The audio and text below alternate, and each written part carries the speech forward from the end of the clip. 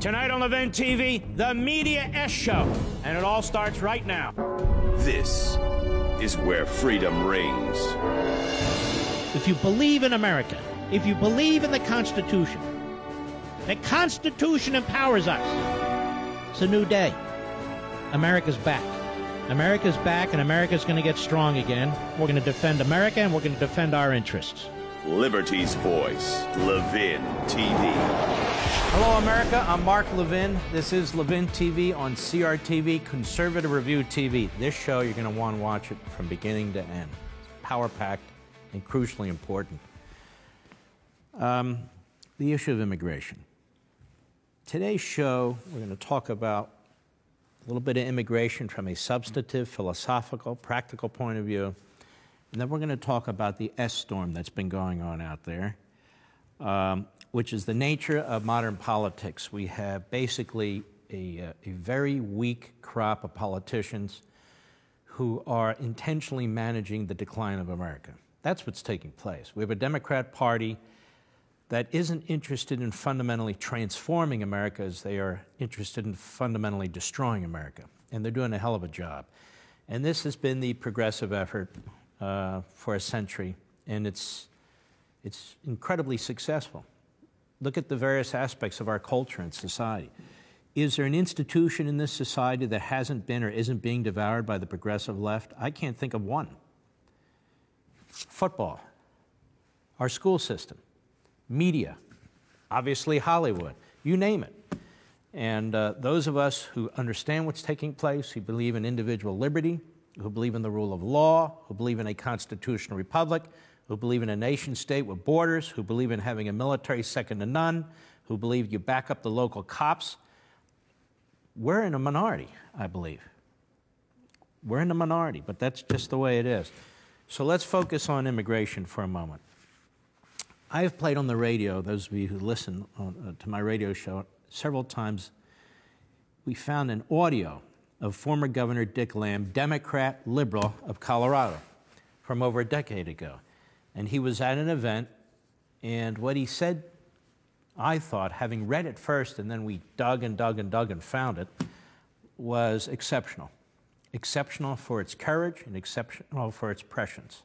And it's very, very important what he's saying, because he's right, and he's not the only one to have said it. So we're going to take a few minutes. I hope you'll really listen to this. Bring the kids around the TV and check this out, too. This is from several years ago, former Governor Richard Lamm, liberal Democrat of Colorado. Go. I would like to share with you my plan to destroy America. If you think, and some do, that America is too smug, too rich, too self-satisfied, not diverse enough, too white bread, I have this plan. Toynbee, you know, said that all great nations rise and they all fall. And he said, and the autopsy of history is all great nations commit suicide. So here's my plan, 8 parts. Number 1, I'd make it a bilingual, bicultural country. History shows us that no bilingual, bicultural country lives at peace with itself. There's not one, I believe, that doesn't exist with an incredible amount of tension and conflict, if not civil war. My second part of my plan would be to invent something called multiculturalism. This would be 2 parts. Number 1, I would say that all cultures are created equal.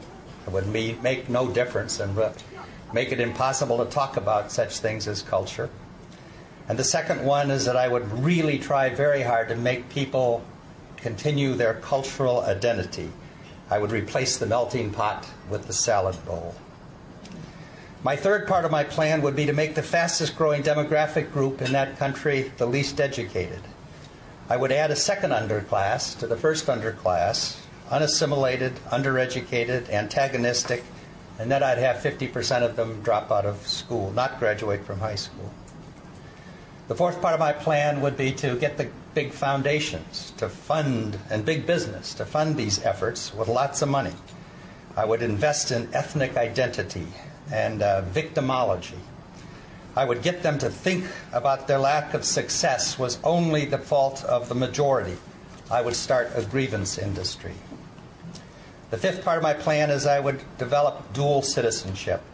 I would promise people actually divided loyalties, allow them to vote for both Vicente Fox and George Bush.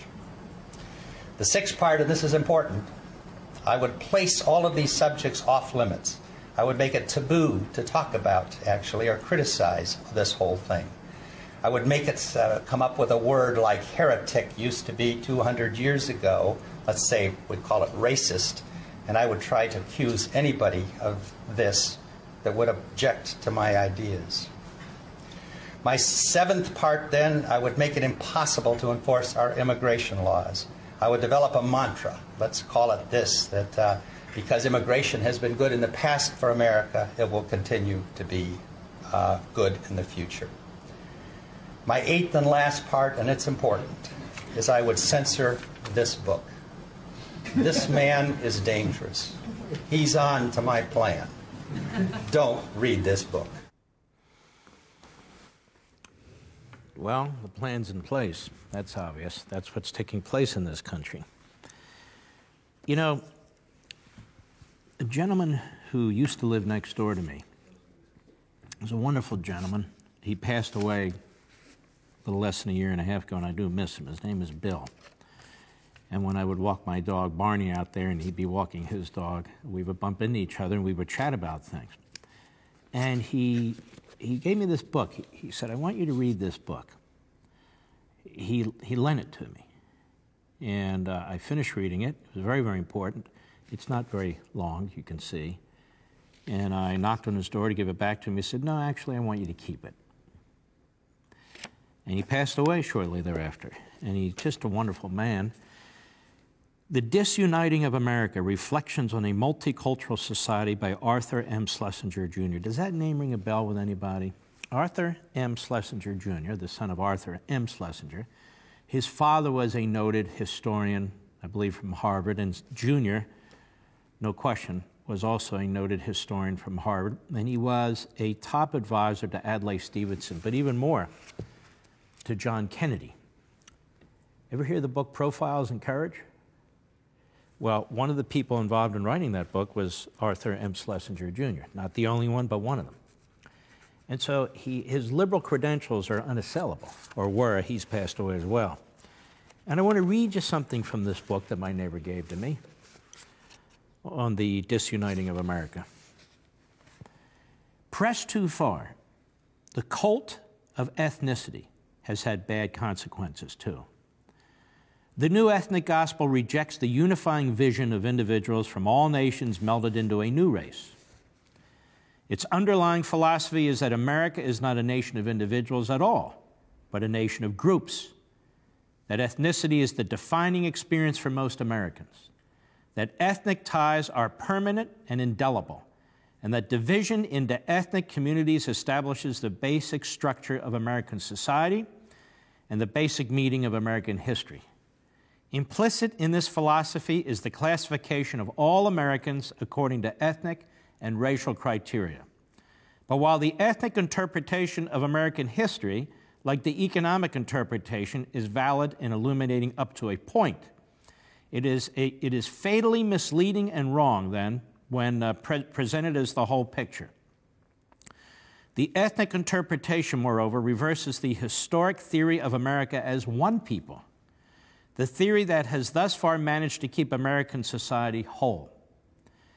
Instead of a transformative nation with an identity all its own, America in this new light is seen as preservative of diverse alien identities. Instead of a nation composed of individuals making their own unhampered choices, America increasingly sees itself as composed of groups, more or less irreducible in their ethnic character. The multi-ethnic dogma abandons historic purposes, replacing assimilation by fragmentation, integration by separatism. It belittles unum and glorifies pluribus. The historic idea of a unifying American identity is now in peril in many arenas, in our politics, our voluntary organizations, our churches, our language. And in no arena is the rejection of an overriding national identity more crucial than our system of education. The schools and colleges of the Republic train the citizens of the future. Our public schools in particular have been the great instrument of assimilation and the great means of forming an American identity. What students are taught in schools affects the way they will thereafter see and treat other Americans, the way they will thereafter conceive the purposes of the Republic. The debate about the curriculum is a debate about what it means to be an American. The militants of ethnicity now contend that a main objective of public education should be the protection, strengthening, celebration, and perpetuation of ethnic origins and identities. Separatism, however, nourishes prejudices, magnifies differences, and stirs antagonisms. The consequent increase in ethnic and racial conflict lies behind the hullabaloo over multiculturalism and political correctness, over the inequities of the Eurocentric curriculum, he has quotes around these words, and over the notion that history and literature should be taught not as intellectual disciplines, but as therapies whose function is to raise minority self-esteem. Watching ethnic conflict tear one nation after another apart, one cannot look with complacency at proposals to divide the United States into distinct and immutable ethnic and racial communities, each taught to cherish its own apartness from the rest. One wonders, will the center hold, or will the melting pot give way to the Tower of Babel? I don't want to sound apocalyptic about these developments. Education is always in ferment, and a good thing, too. Schools and colleges have always been battlegrounds for debates over beliefs, philosophies, and values. The situation in our universities, I am confident, will soon right itself once the great silent majority of professors cry enough and challenge what they know to be a voguish nonsense. Of course, that's not going to happen. And he writes, and I will conclude with this part, the impact of ethnic and racial pressures on our public schools is more troubling. The bonds of national cohesion are sufficiently fragile already. Public education should aim to strengthen those bonds, not to weaken them. If separatist tendencies go on unchecked, the result can only be the fragmentation, resegregation, and tribalization of American life. This was written several decades ago. I wonder what he would think of Black Lives Matter, or CARE, or what I call all these ethnic front groups that have as their purpose what he talks about, to balkanize and thereby eviscerate what is supposed to be a common American culture. And you're not even allowed to talk about that today. It's another brilliant professor. You really can't categorize Samuel Huntington, the late Samuel Huntington as well, as liberal, conservative, or whatever. But he wrote a book called Who Are We? The Challenges to America's National Identity. This, at the time, really caused a stir, particularly at his university, Harvard, but in other places too. And an absolutely brilliant man. And I'll just read a short passage from his book as well. And I do this not only to expose you to these authors and these books, but so you know, we're not alone in this thinking. This used to be the thinking of the American elite just a few decades ago. It used to be the thinking of the population. So what you see on CNN and MSNBC, and you hear Dick Durbin and Gutierrez and all that, these are really, really radical and destructive views that they're voicing. And yelling, if you notice. They yell more and more and more. Now, Huntington, in citing two other men, he writes, to what does one assimilate in modern America? We talk about assimilation as Americanization. He does. So what are you assimilating to?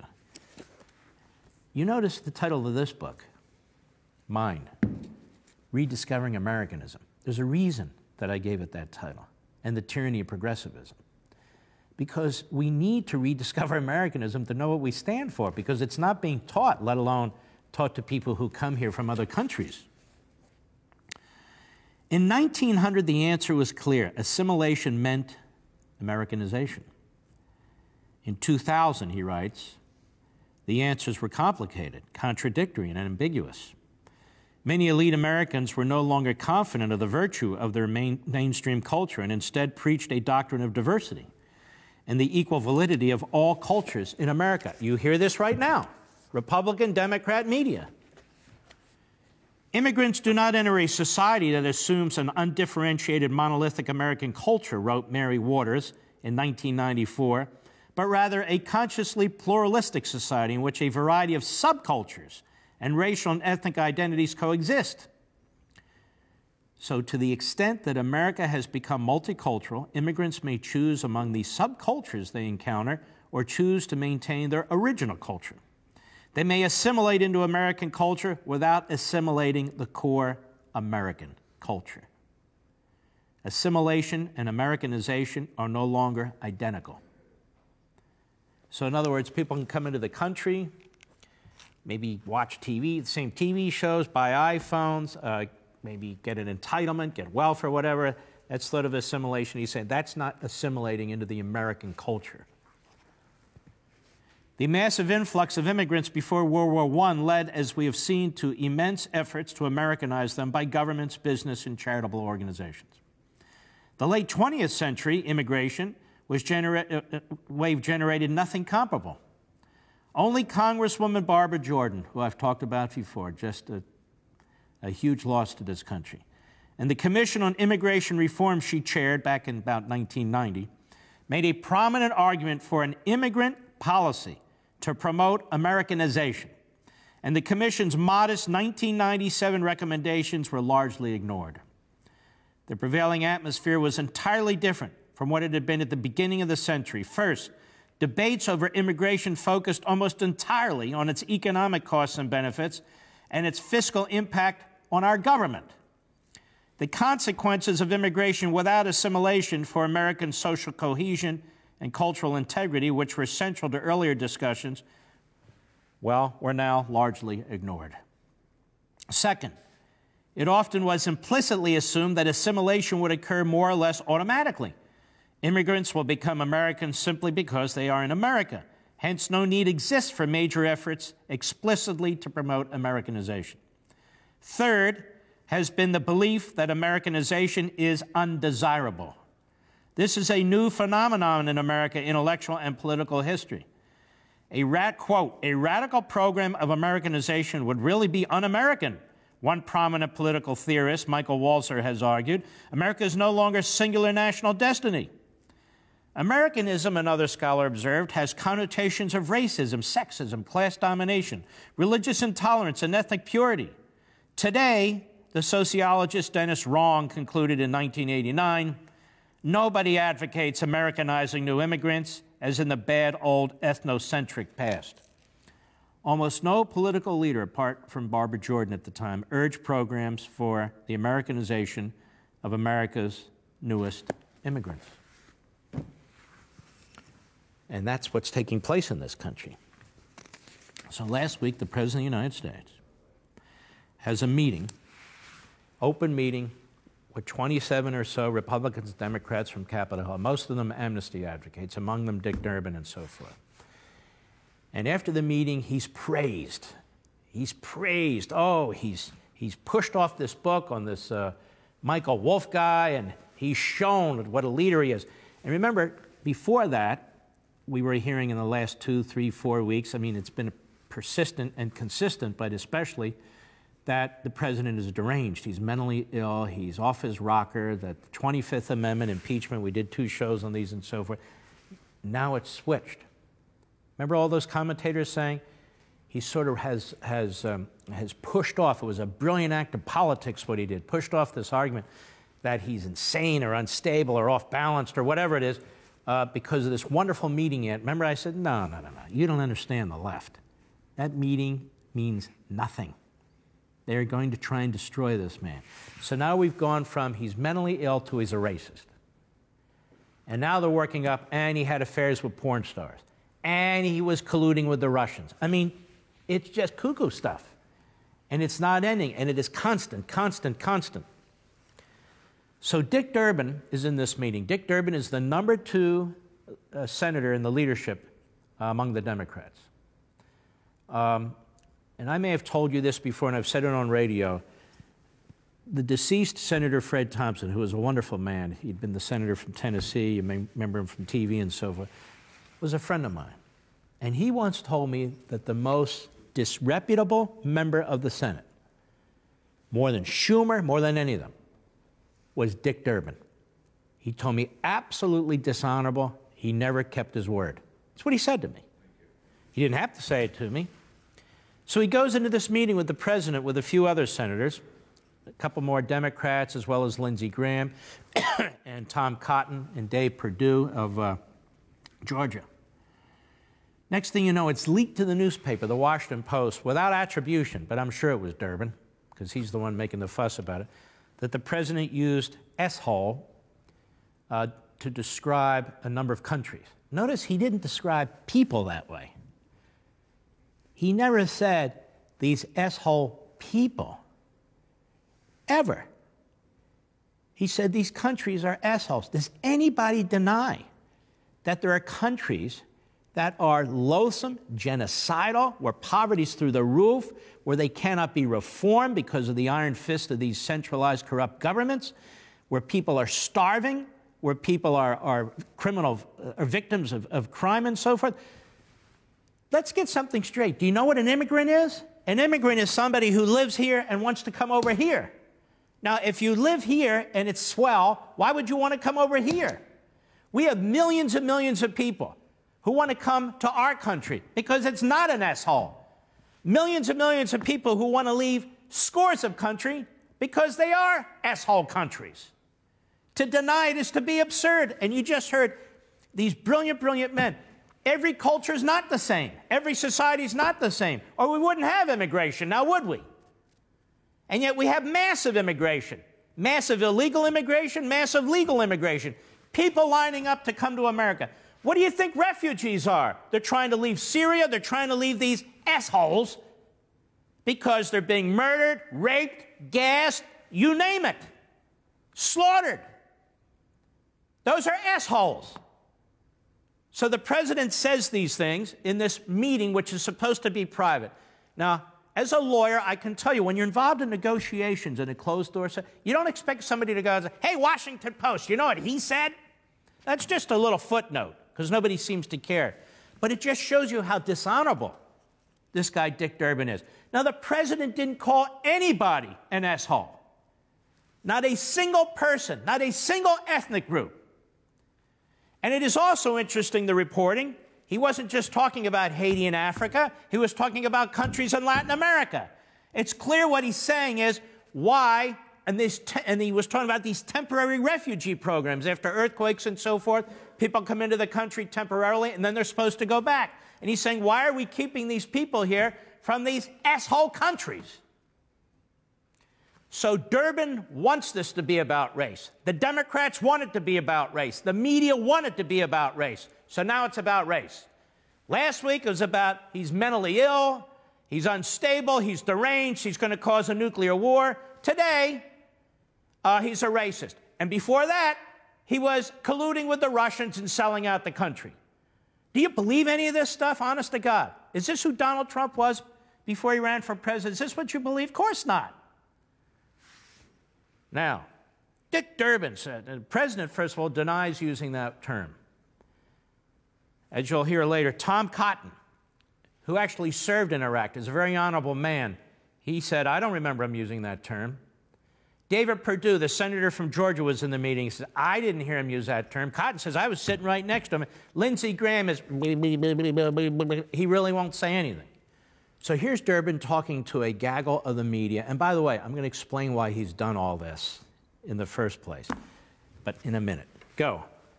As Senator Graham made his presentation, the president interrupted him several times with questions, and in the course of his comment, said things which were hate-filled, vile, and racist.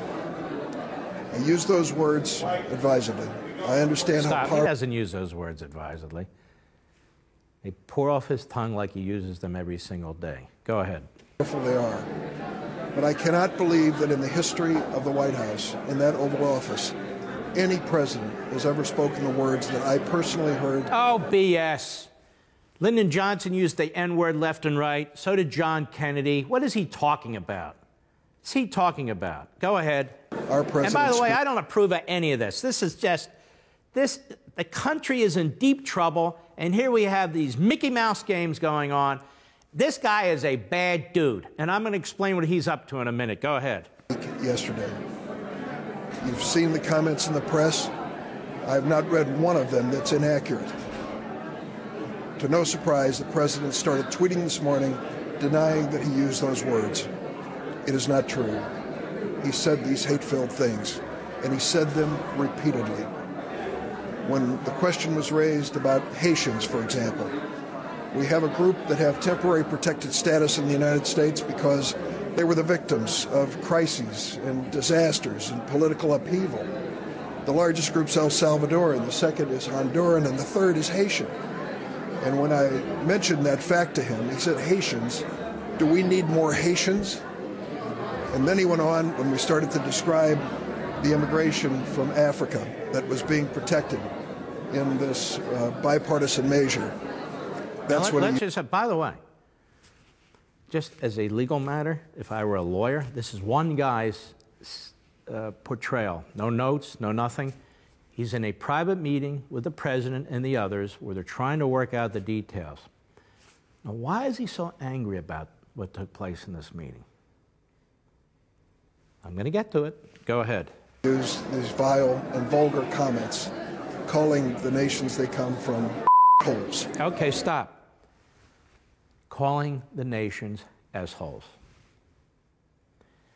Do you know how much money you, the American people, have spent on these countries to try and help them? Do you know what kind of governments these countries have, how corrupt they are, how they rip off the people, how they abuse the people? You go to Haiti, they don't have running water. You go to Haiti, they can't eat, they can't food. They make a lot of the children, particularly the poorest of the poor, as they call them, dirt cookies. What do you call a place like that? Nirvana? Utopia? It's an S-hole. And those poor people have to live. Look at Syria, where you have the dictator, they're gassing their own people. You see, this is the problem. This man doesn't want to have an honest discussion. These are S-hole societies, and they need to be improved in order to improve the living standard of the people. That's why they're trying to come to the United States, and quite frankly, trying to come to other countries too. They're trying to escape a destroyed culture, an uncivil society, to get to one that has a vigorous culture and a civil society. All these countries are not alike. That's the point. And when in our own country, as you've heard from these books, and you know on your own, and you've heard from me, we do not promote assimilation as Americanization. You create balkanization. So you now have ethnic groups at each other's throats. And you have that being exploited by fools like this, by the Democrat Party for votes. And you have the same thing going on with the media. Go ahead. The exact word used by the president. Now, that's enough of this clown. I can only take so much of him.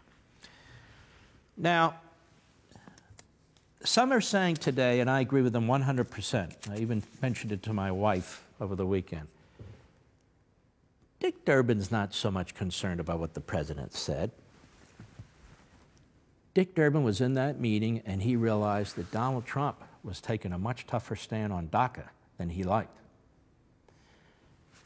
The people Donald Trump was talking about are people who are supposed to go back home. It is a temporary status. It's an emergency. It's to help people on a given situation. For instance, an earthquake or something of that sort. You take the people in, you try and help them, and they're expected to go home. That's the law under which several 100,000 people were brought here from the countries that Trump is mentioning. El Salvador, Honduras, Haiti, parts of Africa, and so forth. And what apparently Durbin and the others were arguing for was, no, let them stay as part of DACA. And it appears the president took a firm position and said, no. No, and then he mentioned that these countries are S-holes, these S-hole countries. Well, if they're not S-hole countries, then why are these people coming into our country? Because they are S-hole countries. How many people escape America to go to another country as refugees? None. We have millions of people trying to get in. We don't have people trying to get out. By the way, if you want to get out, you walk across the border and you're out. If you're going to pretend that all cultures are the same, then you're not going to promote Americanization as assimilation, which is the point of these two authors. One, a liberal advisor to Democrat presidents, and the other, a brilliant man also from Harvard who studied and wrote on this subject. In other words, if Americans are not going to defend the American culture, nobody is. And what do I mean by Americans? You can be black, white, Hispanic, red, albino, doesn't matter. Doesn't matter what country you come from. Doesn't matter what your genitalia is or what you do with your genitalia. You're part of the American society. It's the American culture. What do we promote? Constitutionalism, the rule of law, free enterprise, individualism, free speech, down the line. What do they promote in Haiti? None of that.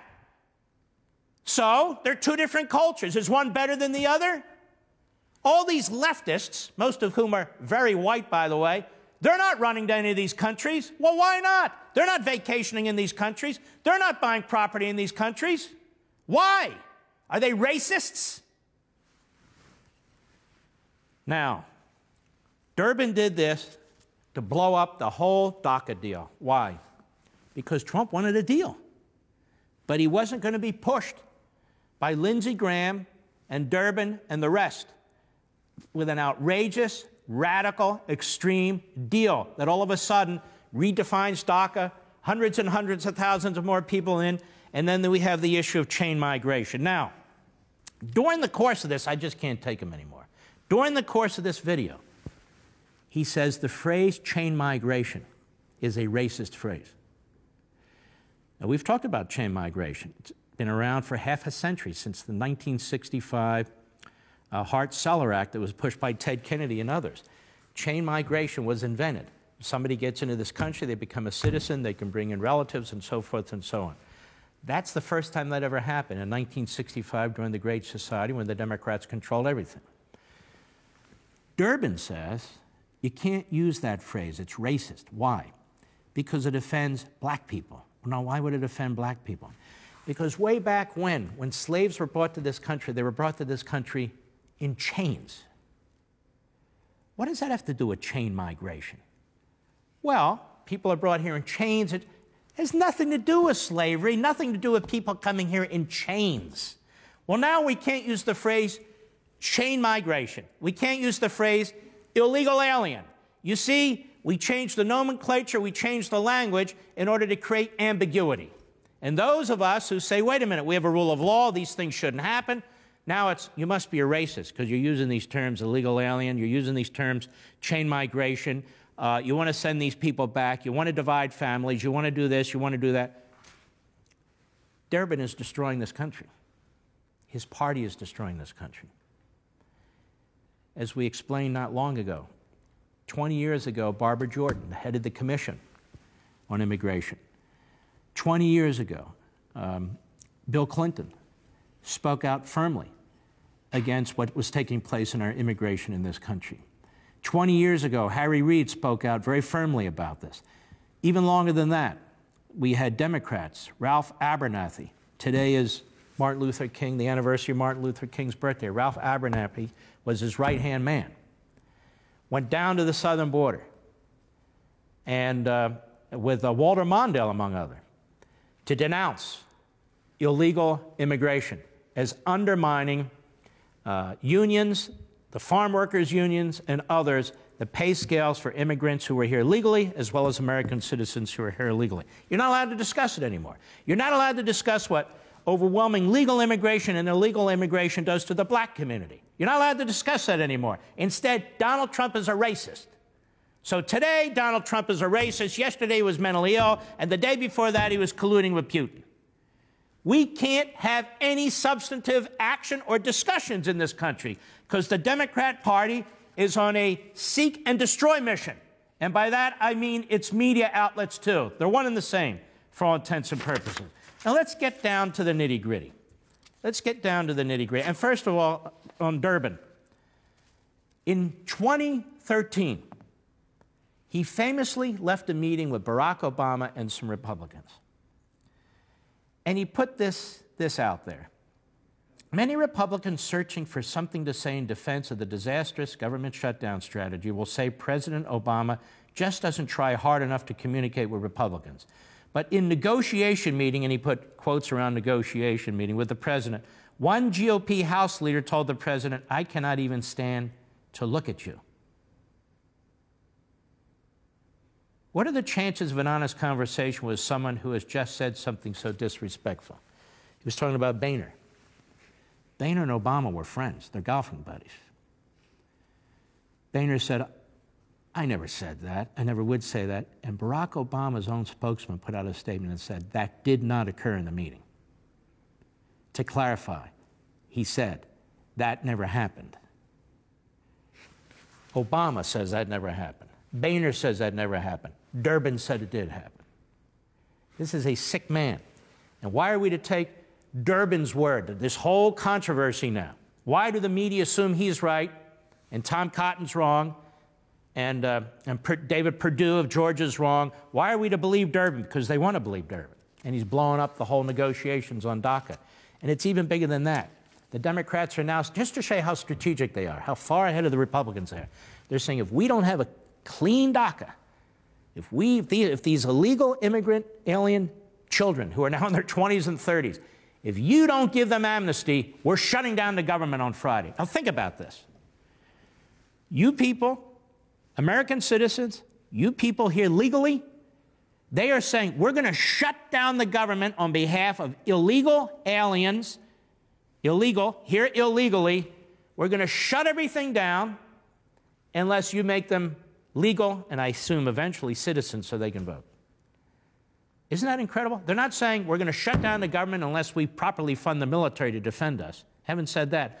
They didn't say we're going to shut down the government unless we start chipping away at this debt that's going to destroy the next generation. They haven't said anything like that. They didn't say we're going to shut down the government unless we secure the border from drug gangs and all the rest. They haven't said that. No. Either you, this is blackmail, either you give these hundreds and hundreds of thousands of illegal aliens legal status, or we're shutting down the federal government. So this is the big play. And they have weakened the president, or they think they've weakened the president, mentally ill, racist, colluding with Russia. And let me tell you something. People don't pay attention to this stuff when they go and vote. What do you think their impression of the president is? It's going to be very negative because this is a day-in, day-out drumbeat, day-in, day-out drumbeat. I went to get new glasses. Why? Because I broke my other glasses. I went to get new glasses, and I go in, the technician's there and the eye doctor's there, a very nice lady. She immigrated from somewhere. She's from Latin America, and she's fairly conservative. And I go in, and she says, "What do you think of your Donald Trump now?" This is what I'm talking about. I hate the race car, but for many people it works. Now, this word S-hole, which I won't mention, but they're obsessed with over there at CNN, and I don't blame them because they would know. That is what I would call the broadcasting S-hole of America. The Oxford English Dictionary, as Ann Althouse points out, a very intelligent blogger, what does the word mean? You know it's a word that has a meaning. Quote, a wretched place, A, dirty or a dilapidated dwelling, B, a remote, downtrodden, or unpleasant city, town, etc., unquote. Pretty accurate, I would say. But none of this matters because they don't give a damn, you know. Now, Senator Perdue and Cotton say Trump didn't say it. Durbin lied. Here's what took place yesterday on Face the Nation, or as I call it, Deface the Nation, on CBS. Go ahead. Senator Durbin has been very clear. Senator Graham has told others that the reports were basically accurate. Are you saying the president did not use the word that has been so widely reported? I'm telling you he did not use that word, George, and I'm telling you it's a gross misrepresentation. How many times do you want me to say that? Senator, your view on this, the use of this word. Yeah, John, I didn't hear that word either. I certainly didn't hear what Senator Durbin has said repeatedly. Senator Durbin let's just stop here. You have two senators, one a veteran, a war hero in Tom Cotton, the other Senator Perdue from Georgia. I didn't even hear what this guy is saying he said. So the country is consumed with this. The media insists that Durbin's right. First he leaks it, in my view, then he goes public with it. How can it be? And the president now is a racist. He's on his heels. He's having to defend himself. He says, I never used that phrase. They say he never used that phrase. Durbin says he did. Lindsey Graham